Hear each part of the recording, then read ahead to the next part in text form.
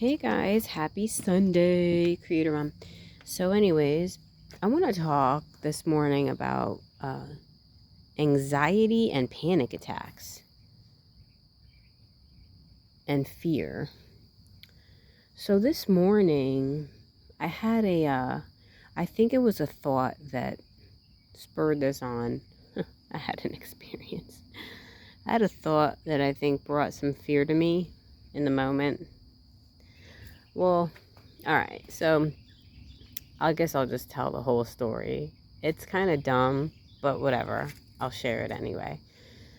So, when I got up this morning, you know, God said, "Clean out your coffee pot before you have coffee. Clean it out, the inside." Well, I forgot. I forgot that I got that unction. That'll happen. Like, I'll get unctions, but God, my inner self, whatever you want to call him or whatever, is so gracious that it'll keep resurfacing sometimes. But anyways, so God said, clean out your coffee pot. Anyways, I came down, started, putting stuff away and feeding the guinea pigs, and I forgot about it. So then I made my coffee and I drank it, right? And then I start sneezing like a maniac right after I drink my coffee. I never sneeze after I drink my coffee. I don't know. It's just like, I'll sneeze in the morning sometimes, like when I first get up. But anyways, it was like immediately after I drank my coffee, my body was like, achoo, achoo, achoo, achoo. Like I was allergic to something real quick. And snot just shot out of my nose, like, oh, wow. I was like, damn.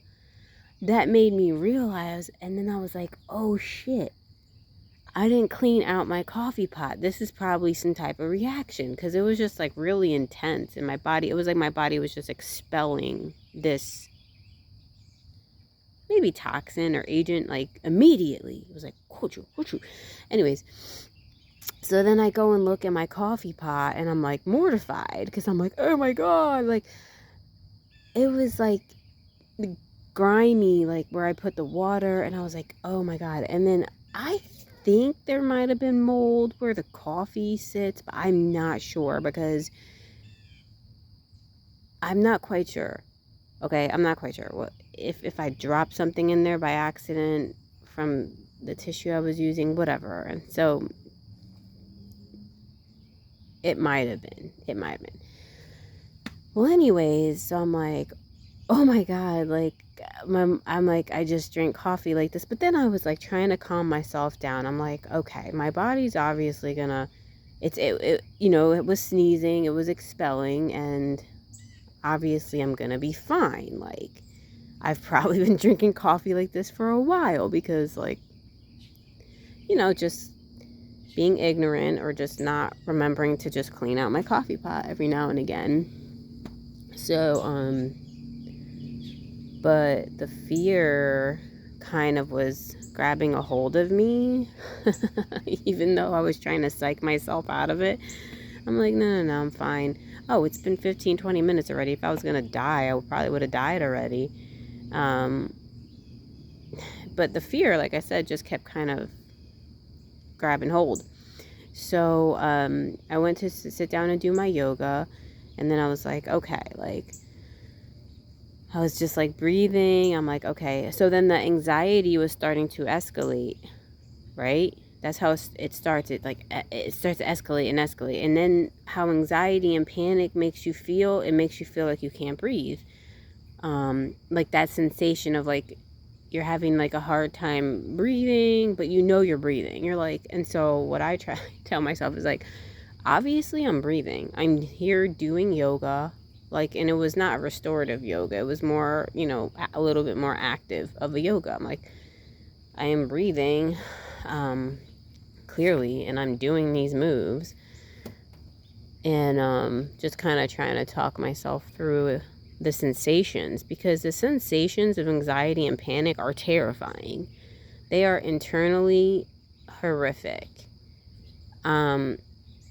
And so, but what I noticed with anxiety and panic is that it peaks it peaks. It has a peak, and then once it peaks, it goes, it kind of comes back down. It reminds me of sickness in a way. Like, one of my kids had like an ear thing happening, like an ear infection, and I noticed that too. It peaked. It went to like, like it hurt, and then it came back down. The same thing happens with fevers too. Fevers will, peak. They'll go to their max, whatever that fever's max is going to be, whatever your body decides it needs, and then it comes back down.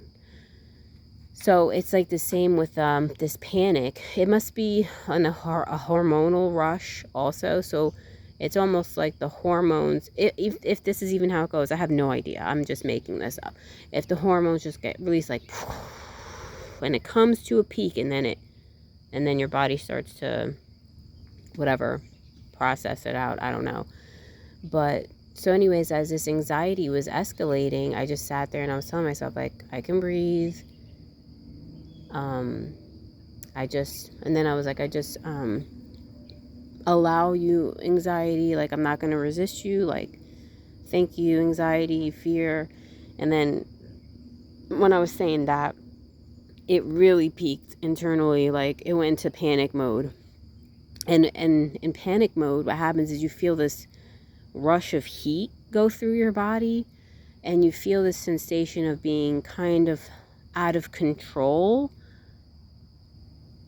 It's weird. It's a very strange sensation to try to put into words. Probably somebody has already put it into words or whatever, but like for me to put into words, it's almost like you want to lose control.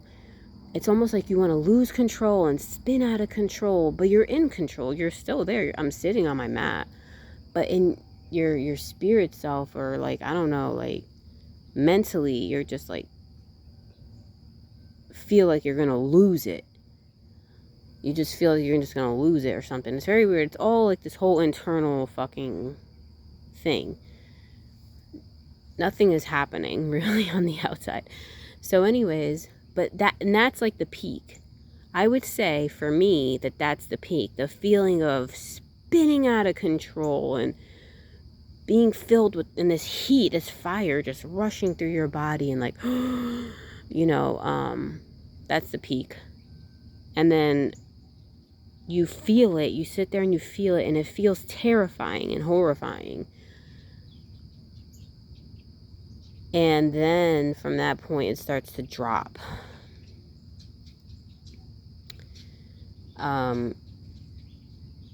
Yeah, it's almost like it just comes out into its full expression and just then starts to dissipate lower and lower. And then this is my experience. And then it starts to drop, and I start to feel better. So, I don't know. I used to, when I was in my 20s or whatever, late teens, early 20s, I had panic attacks. But I was young. I didn't really know how to observe them.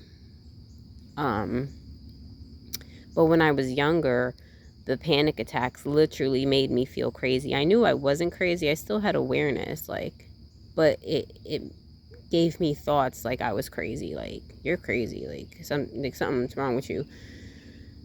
And I would just, like, I remember one time I was in the shower. I must have been 20 years old or something. I had this boyfriend at the time, and he was there too. And I was in the shower, and I got a panic attack in the shower. And they would come whenever. They weren't necessarily triggered. Maybe they were triggered by a thought, I can't remember. But they seemed to come on sporadically. So I was in the shower, and all of a sudden I got that panic. Whoa, terrifying, horrifying feeling on the inside. And it almost just like comes over you and takes over you and arrests you, But it's all coming from within you, I think, Anyways, so I get out the shower, and it's still happening, and all I could do was just lay back on my bed, and then I started crying. But then I did feel better after a while, but then I kind of lived with the fear of having another one, So, but I knew that I wasn't like mentally ill or anything. Because my mother was like, well, what are we going to do about this? Like, maybe you should go to the doctor. And I was just like, no, I'm not going to go to the doctor. They can't do anything for me. They're just going to give me pills, you know? I've said this story before on my channel, but the doctor was like, and then we did go to the doctor, and he's like, well, I don't know. You know, you could take a supplement. You could take St. John's wort. And I thought he said St. John's ward, meaning like mental institute.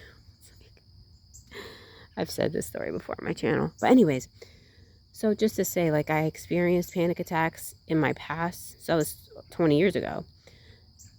And I never, and then they stopped. They stopped, and pretty much after I got saved or got born again, I did have some other experiences that were strange, which I kind of chalked up to being demonic. But because I remember one night I just felt this awful, horrific feeling kind of like creeping up my legs, and all of a sudden I just got this unction, and I got up out my sleep and I said, go, or something like that, and it was gone. I just remember that. So I don't know. I don't know. Anyways, so back to today. So yeah, just kind of like experiencing that panic. And then I thought, and I laid there in Shavasana, and I got this glimpse before me of me driving, because ever since I left the shelter, the domestic violence shelter, and got a place, an apartment, when I was in the shelter, I would drive and have no problem with driving. I drove long on the highway. Me and my kids went to this museum that was like an hour away, you know, and I had no problems, no anxiety while driving. Then all of a sudden, when I get out the shelter, we have our own apartment, and I start driving, and then I'm starting to get panic while I'm driving, and I'm like, what the fuck is going on? Like, why is this happening? This has been going on for a while, like a year or something. So not constant, but it happens. So then today, while I was laying down in Shavasana, I got the mental image of me driving and having my hand on the steering wheel, and then like kind of lifting my hand up, and just that fear of like losing control. So I was like, okay. And I was kind of just praying through it and speaking through it, like, okay, so obviously like there's a fear here that's surfacing, and it's choosing to surface while I'm driving. And of course, when I'm driving, I know I'm in control. There's that part of you that knows you're in control, but you're also dealing with this other sensation and this fear coming up of losing control. But you know you're holding the steering wheel, you know you're pushing the pedal, like, you know everything is fine, but you have to fucking deal with this whole crazy ass shit that's happening internally. So then so I'm like, okay, so today, just in this vision, I'm like, this fear, like I said, of losing control wants to surface when I'm driving. Why is it coming up at this point in time? I don't know. Maybe because driving requires good focus and control. So that's why it's choosing to surface at this time. But I'm like, I need to deal with this fear now. Like, I don't want this fear to keep coming up. It's just annoying. It's awful, So yeah, it's just like, all right, obviously there's some fear of loss of control, fear of things spinning out of control, fear of losing control. And I'm like, that makes sense, because I am doing like everything in my life right now. I'm playing many roles, wearing many hats. And I feel like any wrong move, I can cry right now too, but I'm not going to do any wrong move could set things off in a bad direction, or make things just spin out of control in my life, and everything just falls apart, I think probably deep down and internally, I feel like I have a lot to lose. Because I'm taking care of a lot, and I have immense responsibility. So it's like when you have immense responsibility, you just feel like if you don't show up in a certain type of way, like, boom, everything's just gonna fucking, I'm gonna be homeless and we're gonna be on the street. My mind starts to catastrophize. What could happen if I made a wrong move, you know? Everything holds so much weight for me right now. So I'm like, well, with that all said, I can understand why I feel like why this fear is surfacing in the form of anxiety or panic feelings on the inside. The fear of loss of control. Isn't that the reason why people get into a lot of like dysfunctional things, you know, or behaviors? You know, just like with eating disorders. Generally, don't they say like it's about control? It's about implementing control or feeling in control, you know? Because you really feel like everything's spinning out of control. I don't know. Mine is like, yeah, like, I don't know. Mine is like more militant, like my manager. Like I have to show up every day and boom, boom, boom. Because if I don't boom, boom, boom, you can't, there is no if I don't boom, boom, boom. You're boom, boom, booming, like no matter what. And that's it. It just must be just the weight of everything. Yeah, and just, it chooses to just show up when I'm driving sometimes. More so longer. It's just like, it's weird because I will not, at this point in time, and hopefully I'm going to heal from this really soon. But at this point in time, thinking about driving long stints by myself terrifies me. And this has never happened to me before, like, really. Well, I did get panic attacks while I was driving when I was in my 20s. Sometimes I did. But I literally, like, if my kids tell me they want to go somewhere and it's like an hour away on the highway, I'm just like, no. Like in my mind, it's just like a no. I'm like, there's no way. Can't do it. And some people say, well, you know, you got to do exposure therapy. I'm just like, no, not doing it. Not right now. I think I can, you know, heal from this or deal with this fear. And then I'm not going to just do exposure therapy on myself. It's funny. It's just that's the thing about fear and anxiety and panic. It wants to close you in, you know. It wants to limit you. This is the challenge. It's challenging. The challenge is it wants to limit you. It wants to close you in. It wants you to clam up. Just like people with like agoraphobia. Like they are terrified of stepping outside their house. I don't, you know, and that's as far as about agoraphobia that I know. I never experienced it, and I never knew anyone who experienced it. Actually, I think I did hear someone, I remember hearing somebody talk about how they dealt with, I think it was a woman talking about her daughter who had agoraphobia, and she lived on her own, and the mother was very supportive. Some people might call this enabling, but you don't know how a person feels inside. It is when you struggle with an anxiety or a panic about something, it is absolutely terror, absolute terror on the inside. So to say, oh, well, just get over it, or just, that's the wrong thing to say to those people, because that's not the answer. That's not the if they could just get over it, maybe they would have just gotten over it. Do you know what I'm saying? I think that people who don't know what to do about people like that and have no other wisdom to share, that's all they say. That's all they know how to say, you know? And sometimes it could be very insensitive. So, yeah. But the lady said she just kept supporting her daughter, bringing her food and stuff like that. And I think eventually her daughter did come out of it, you know? yeah.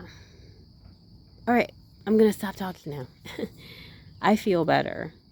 Once that panic reached a peak and started coming back down, I feel better now. So, but I've, I'm going to do some journaling and, you know, I want to untie this knot and get to the bottom of it.